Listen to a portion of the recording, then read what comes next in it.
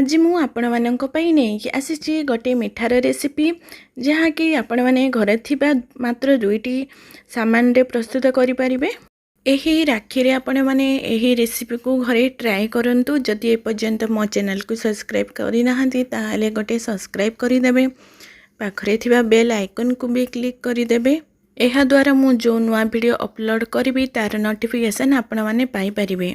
एही मिठा करिया को तो बहुत इजी, जी भी देखिए करि परिबो। घरे थरे ट्राई करंतु, विश्वास करि परिबेनी पूरा गुलाब जामुन रो टेस्ट ही आसीबो। प्रथमे आमे चीनी सिरा बनेइबा। आमे जेतिकी चीनी नबा से अनुसार ही पानी नबा। एठी मु 2 कप चीनी को नेछि आ 2 कप पानी रो ऐड करिछि। ता ऊपरे 3टी गुजराती को पकेई देली, अल्प टिके छेचिकी पकेई दबा, फुटिया पे छाड़ी दबा। एथिरे मु किछि फूड कलर को यूज करेली, इटा ऑप्शनल, आपण माने चाहिले केसर भी पकेई परिबे। एहा द्वारा गुलाब जामुन बा मिठार कलर भलो आसी थाए। एहा को बहुत समय फुटेबानी, 4 मिनिट ही फुटेबा, तापरे बंद करिवा। काहे ना हमर मिठा भितरे सिरा जीवो, तो पानिया हेले सिरा भलो की जाय थाए, मोटा हेले सिरा टिके भितरे जाई परिबनी। तो एतिकी रे हमें बंद करि दबा। खाली जस्ट चीनी मेल्ट हे जिवो सेतिकी ही। नेक्स्ट प्रोसेस रे मु इठी गोटे जाली नहीं गली, सेथिरे गोटे कप अटा को ऐड करली। नॉर्मल अटा जोटा आमे रुटी करू से अटा ही आमे जेते अटा नबा से अनुसार सेतिकी अमूल भी नबा। गोटे कप अटा रे गोटे कप अमूल को ऐड कली, अल्प टिके बेकिंग पाउडर आउ मिठार टेस्ट बैलेंस करिया पे चिमुटे लूण। एहा को आमे जाली माध्यम रे चलै दबा। देखंतु बहुत बढ़िया भाबरे चले हे गला। सेथिरे किछि गुजराती रो गुंड को पके दबा।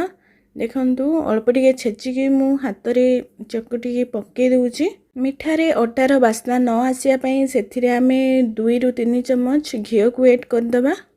एहा को आमे हाथ रे टिके चकटी दबा। ता ऊपरे आमे अल्प अल्प करी क्षीर पके कि एहा को आमे जेमिति अटा चकुटु चंदी सेमिति ही आमे चकटिबा। अल्प टिके टिके क्षीर पके गोटे स्मूथ डो टी प्रस्तुत करिबा। एहा को रेस्ट पई 10 मिनिट छाड़ी दबा। 10 मिनिट हे गलानी। एहा को आमे काडी के आउ टिके 2 रु 3 मिनिट एहा को आमे भलो भाबे चकटी दबा।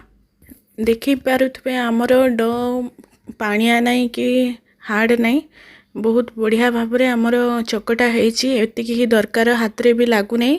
अल्प टिके घियो हाथ हेकि एहा को चकटिबे आउ एहा को गोल गोल करि देबे। आपण माने जेमिति भी करि परिबे, जो साइज रो भी। देखंतु सबु को मु भाग कर देली।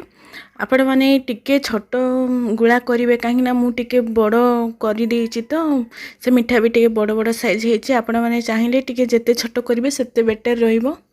तो देखंतु एहा को आमे पूरा हाथ रे एमिति चकटी चकटी की आमे साइज दबा। आपण माने चाहिले गोल रे भी रखि परिबे, नहले लंबा रे भी रखि परिबे। एही मिठा राखी रे प्रस्तुत करंतु, विश्वास करि परिबेनी, बहुत टेस्ट लागुतला। पूरा गुलाब जामुन रो टेस्ट ही आसीबो। देखि पारुथबे मु लंबा आकार रे कली। देखंतु एमिति करी आमे सब जाको करि दबा। एबे आमे तेल कढ़ई बसई एहा को आमे छाणी दबा।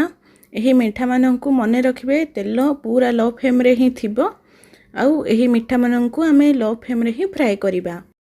जदि ए पर्यंत मो फेसबुक चैनल रे फॉलो करि नाहंती ताहाले सेठी जाय कि भी फॉलो करि देबे। फूड विथ बबीता मारले पळी आसीबो फेसबुक पेज।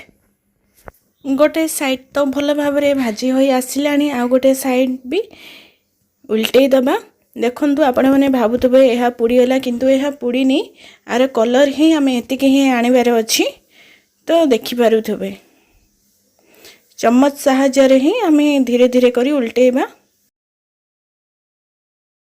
हमरो मिठार कलर एतिके ही आसीबा दरकार। देखंतु पूरा परफेक्ट रेडी ही गलानी। एहा को हमें तेल रु छाणी दबा।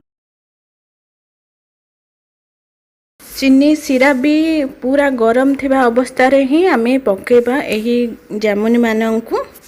मते एतिकी कलर भल लागिले तो जामुन रो, तो मु अधिक टिके फ्राई कली। आपण माने चाहिले टिके कम फ्राई भी करि परिबे।